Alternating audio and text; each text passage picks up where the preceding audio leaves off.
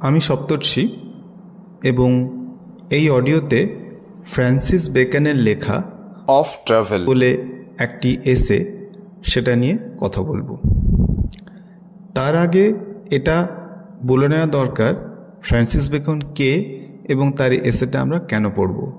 Francis Bacon, ওনার অনেকগুলো ভূমিকা আছে।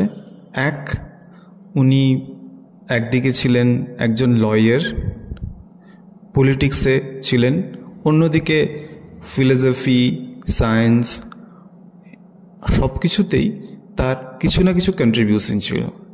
এবং এটা বলতে হবে যে এই ভদ্রলোকের একটা বিষয়ে সাহস তো ছিলই, যে উনি এমন একটা সময়ে বিলং করছেন, ওনার টাইমটা হচ্ছে 1561 থেকে 1626, 1561 থেকে 1626, মানে শেক্সপিয়ারের থেকে উনি ঠিক 3 বছরের বড়।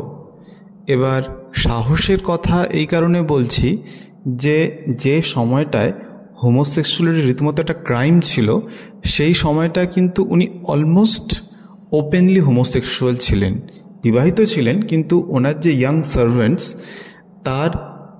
তাদের সঙ্গে তার সম্পর্ক ছিল, এটা অনেকে জানতো, কিন্তু ফ্রান্সিস বেকন সে এতটাই নামকরা একজন মানুষ ছিলেন, তাকে নিয়ে খুব একটা সমস্যা হয়নি। এবার এই যে এসেটা আমরা পড়ব অফ ট্রাভেলি, এই অফ ট্রাভেলি বলে যে এসেটা আছে, মানে অফ ট্রাভেল এই উচ্চারণ করাটাই মনে হয় বুদ্ধিমানের কাজ।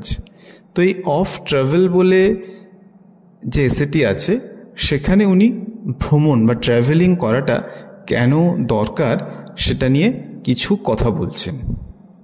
এবার একটা জিনিস আমাদের মাথায় রাখতে হবে যে ওনার যে সময়টা 1561 থেকে 1626, বলা যায় যে ইংলিশ রেনেসাঁ বা নবজাগরণের একেবারে গোল্ডেন বা পিক পিরিয়ড, সেই সময়কার প্রোডাক্ট উনি।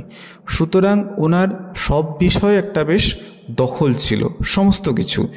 এবং এই ধরনের মানুষ সত্যি এখন আর দেখা যায় না। এবং আমাকে যদি কম্পেয়ার করতে বলা হয়, শেক্সপিয়ারও কিন্তু এইভাবে পলিম্যাথ ছিলেন না। পলিম্যাথ থাকা মানে সমস্ত বিষয়ে নলেজ থাকা মানুষ, কিন্তু শেক্সপিয়ার ছিলেন না। এবার এই অফ ট্রাভেল এই এসেটা পড়তে গিয়ে আমাদের মনে হতে পারেন যে এই ভদ্রলোক এত জ্ঞান দিচ্ছেন কেন, এত জ্ঞানের প্রয়োজন কি রয়েছে। এবার আমাদের বুঝতে হবে যে এই সময় এটার প্রয়োজন ছিল। উদাহরণ দিচ্ছি, এখন আমরা অনেক সেলফ হেল্প বুক কিনি। ইকিগাই যেমন একটা সেলফ হেল্প বুক, বা আরও ডেল কার্নেগির লেখা অনেক সেলফ হেল্প বুক আমরা পড়ি। আমরা ইউটিউবে ভিডিও দেখি যে কীভাবে নিজেদেরকে আমরা ইমপ্রুভ করতে পারবো, গ্রুম করতে পারবো, সেগুলো নিয়ে পড়াশোনা করি। Health, skin, diet, computer, AI সব কিছু নিয়ে তো আমরা পড়াশোনা করি, আমাদের সেই অপশানটা রয়েছে। এবার এই যে অফ ট্রাভেল বলে যে লেখাটি আমরা পড়ছি বা আলোচনা করছি, সেটিও কিন্তু এরকম একটা সেলফ হেল্প এসে। সেলফ হেল্প এসে মানে হচ্ছে যে এই এসেটাতে কিছু ইনস্ট্রাকশনস দেওয়া রয়েছে।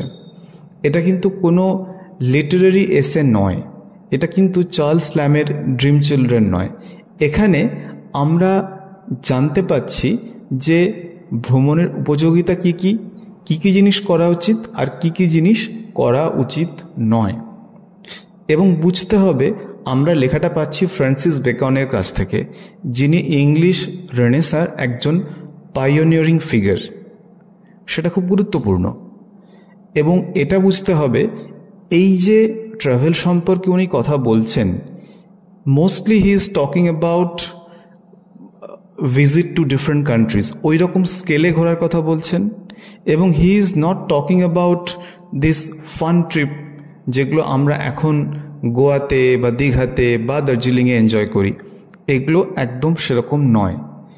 He is focusing on the intellectual aspect of travel, বা এডুকেশনের যে একটা ভ্যালু রয়েছে ট্রাভেলিংয়ের সঙ্গে, তিনি সেটাকে নিয়ে কথা বলছেন।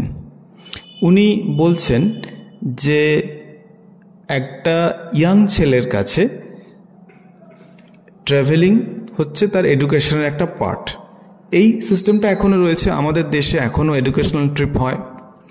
আর উনি বলছেন যারা একটু এজেড তারা ট্রাভেল করবে এক্সপিরিয়েন্সের জন্য।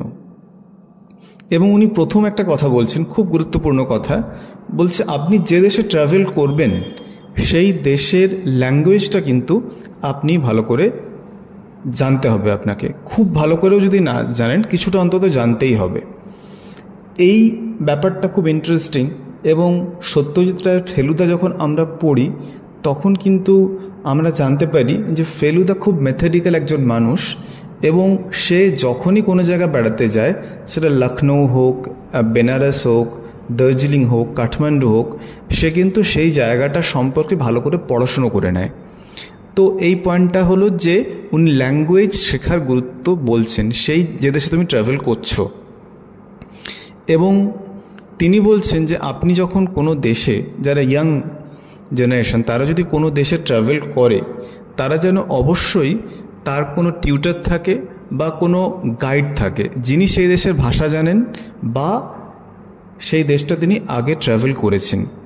এটা খুব গুরুত্বপূর্ণ ব্যাপার, কারণ একজন গাইড থাকলে অন্তত তিনি বলতে পারবেন যে কোন জিনিসটা আমি দেখব, কোন জিনিসটা আমি দেখব না, বা কার সঙ্গে আমার ইন্ট্রোডিউস করা উচিত, কার সাথে আমার আলাপ করা উচিত বা কার সাথে আলাপ করা উচিত নয়। এবং যদি এই সেন্সটা না থাকে তাহলে অনেকটা হবে যে তুমি একটা জায়গায় বেড়াতে গেছো কিন্তু তোমার চোখটা বাঁধা আছে, তুমি ব্লাইন্ডলি ঘুরছো। এই রকম জিনিসটা হওয়া উচিত নয়। এবং এই বিষয়টিও খুব সাপোর্ট করাই উচিত আমি মনে করি, কারণ তুমি যে কোনো জায়গাতেই যাও, কোনো হিস্টোরিক্যাল প্লেসে যাও বা কোনো হিল স্টেশনে যাও, তোমার একজন গাইড অবশ্যই প্রয়োজন যিনি তোমাকে বলবেন what to do and what not to do, what to see and what not to see. অবশ্যই এটা দরকার। এবং উনি বলছেন যে ডায়েরি লেখার অভ্যেস। এখন মানুষ ভ্লগ করে, ভ্লগে তো অডিও আর ভিডিও দুটোই আসে, কিন্তু তখন তো রাইটিংটাই মিডিয়াম ছিল। উনি বলছেন you write whatever you see. এবং এই জায়গাতেও উনি কিন্তু ক্লিয়ার কাট বলে দিচ্ছেন যে কোনটা বেশি প্রয়োজন। উনি বলছেন যে আপনি যখন একটা জাহাজে বেড়াচ্ছেন সেখানে আপনি কি দেখছেন, আকাশ আর জল, সেখানে আপনার কবিতা লেখা ছাড়া কিছুই করার নেই। কিন্তু আপনি যখন একটা জায়গা থেকে একটা জায়গা ট্রাভেল করছেন, সেটা ঘোড়ার গাড়িতে বা পায়ে হেঁটে যাতেই করুন না কেন, সেখানে কিন্তু অনেক কিছু লেখার থাকে এবং সেই লেখাগুলো অবশ্যই নোট ডাউন করা উচিত, কারণ পরে আপনার মনে থাকবে না। উনি এটাও লিস্ট করে দিচ্ছেন যে কোন কোন জিনিসগুলো আপনি একটা জায়গায় গিয়ে দেখবেন। প্যালেস অবশ্যই দেখা উচিত এবং যখন কোনো রয়্যাল ফাংশন হয় বা কোনো বিদেশ থেকে আসা মেসেঞ্জারকে তারা ওয়েলকাম করে, সেই মুহূর্তটা দেখা উচিত। কোনো জায়গার কোর্ট কিভাবে চলছে সেটা দেখা উচিত। কোনো জায়গার যে রিলিজিয়াস ব্যাপার, কোনো জায়গার চার্চ, প্যাগোডা, টেম্পল, মস্ক যা যা আছে সেগুলো দেখা উচিত। সেই শহরের বিখ্যাত মেমোরিয়াল কি সেগুলো দেখা উচিত। শহরে কি কোনো বিখ্যাত দেওয়াল রয়েছে সেটাও দেখা উচিত অবশ্যই। যেমন তোমরা যদি কখনো পন্ডিচেরিতে যাও, দেখবে পন্ডিচেরি গোটা শহরটা একটা অদ্ভুত বাঁধ বা দেওয়াল দিয়ে তৈরি। সেজন্যই কিন্তু সুনামির সময় পন্ডিচেরিতে সেভাবে ক্ষতি হয়নি অন্যান্য শহরগুলোর তুলনায়। এটাও ঠিক, এই দেওয়ালটা থাকার জন্য পন্ডিচেরির সি বিচটা আবার অত ভালো নয়। এবং এর সাথে রয়েছে যে ফোর্ট, একটা শহরের ফোর্ট কিন্তু অনেক কিছু ইঙ্গিত দেয়।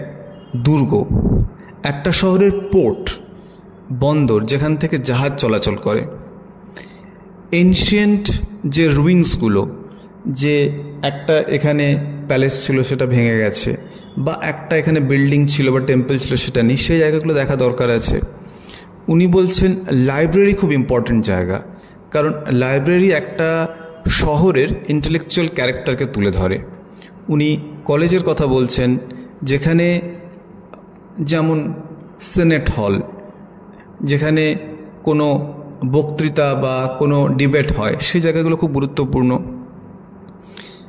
এবং তিনি বলছেন অস্ত্রাগার, যেখানে ওয়েপন তৈরি হয় বা ওয়েপন রাখা হয়, সেই জায়গাটা, কারণ বোঝা যাবে যে সেই শহরটার হিস্ট্রি কীরকম, তার ডিফেন্স সিস্টেম কীরকম। অবশ্যই মার্কেট ভিজিট করা উচিত, ওয়্যার হাউস ভিজিট করা উচিত, এবং যদি সম্ভব হয় সোলজার্সরা কীভাবে ট্রেন করছে সেটা জানা উচিত। থিয়েটার খুব ইম্পর্ট্যান্ট, কারণ সেখানে শহরের কালচার লোকেরা আসা যাওয়া করে। যদি কোনো জায়গায় ড্রেস বা জুয়েলারির দোকান থাকে, সেই জায়গাটা যাওয়া উচিত। মিউজিয়ামে যাওয়া উচিত। খুব সহজ ভাষায়, যে একটা শহর থেকে একটা শহর আলাদা হয়, যে যে জিনিসগুলো দিয়ে সবগুলোই দেখা উচিত। এবং যদি কোনো মাস্ক ডান্স হয়, কোনো কোনো জায়গায় মুখোশ পরে নাচের একটা কাস্টম থাকে, খাওয়া দাওয়ার ব্যাপার থাকে, ফিউনারালের ব্যাপার থাকে, কোথাও যদি এক্সিকিউশন, কোনো মৃত্যুদণ্ড হচ্ছে সেটাও দেখার থাকে, সেগুলো দেখা উচিত। কারণ ফিউনারাল, মৃত্যুর পরে কিভাবে আমরা শোক জ্ঞাপন করি, এটি বিভিন্ন দেশে বিভিন্ন রকম। সুতরাং আমাদের সেটাও জানা উচিত। তাহলে আমাদের বেসিক পয়েন্ট কি দাঁড়ালো, যে আপনি যখন দেশে যাবেন আপনার সেই দেশের বেসিক ল্যাঙ্গুয়েজটুকু জানা দরকার, সঙ্গে একজন গাইড থাকা দরকার, একটা ম্যাপ বা গাইড বুক থাকা দরকার। গুগল ম্যাপ বা তার থেকে বেশি কিছু। গুগল ম্যাপ তখন ছিল না, সুতরাং গাইড বুক, ডায়েরি খুব ইম্পর্ট্যান্ট। এবং তারপরে উনি বলছেন যে আপনি একটা জায়গায় কখনোই দীর্ঘদিন থাকবেন না, আপনার হাতে সময় লিমিটেড, এবং আপনাকে সেই বুঝে সময়টাকে ইউটিলাইজ করতে হবে। এবং আপনি যদি একই শহরে অনেক দিন আছেন, তাহলে এক জায়গায় থাকবেন না, জায়গাটা চেঞ্জ করুন, তাহলে আপনার কানেকশনস বাড়বে, পরিচিতি বাড়বে। এবং আপনি যদি বিদেশে গিয়ে নিজের শহরে বা নিজের দেশের লোকের সাথেই বসে আড্ডা দেন, তাহলে চলবে না। আপনাকে সেই দেশে, যে দেশে গেছেন, সেই দেশের মানুষের সঙ্গে টাইম স্পেন্ড করতে হবে, না হলে আপনি বুঝবেন কী করে সেই দেশটা কীরকম। এবং আপনি যখন আরেকটা জায়গায় যাচ্ছেন, অবশ্যই আপনার কিছু রেকমেন্ডেশন লেটার থাকা উচিত। মানে আপনি একটা জায়গায় গিয়ে প্যালেস দেখবেন, আপনি একটা জায়গায় গিয়ে লাইব্রেরি দেখবেন, আপনার তো একটা পারমিশন থাকা দরকার। সেই পারমিশন লেটার বা রেকমেন্ডেশন লেটারগুলো আগে থেকেই তৈরি করে রাখা উচিত। উনি বলছেন যে আপনি যখন একটা টোরে আছেন, আপনি বেড়াচ্ছেন, আপনি তখন ডিপ্লোম্যাটসদের সাথে, যারা বিদেশি দূত বা তাদের যে কর্মচারী, তাদের সাথে বন্ধুত্ব করুন, এবং সেটা আপনাকে অনেকটা হেল্প করবে। এবং যদি সম্ভব হয় যে একটা দেশের কোনো ইম্পর্ট্যান্ট মানুষ, তার সঙ্গে দেখা করে কিছুটা টাইম স্পেন্ড করা। এবং উনি তারপর এটাও সাবধান করে দিচ্ছেন যে আপনি যখন ট্রাভেল করছেন, আপনি কখনোই একটা ঝামেলায় জড়িয়ে পড়বেন না।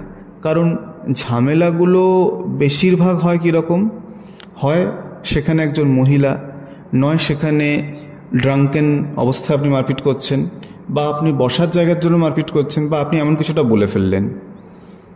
সুতরাং আপনাকে ট্রাভেল করার সময় যে কোনো ধরনের টেনশন থেকে দূরে থাকতে হবে।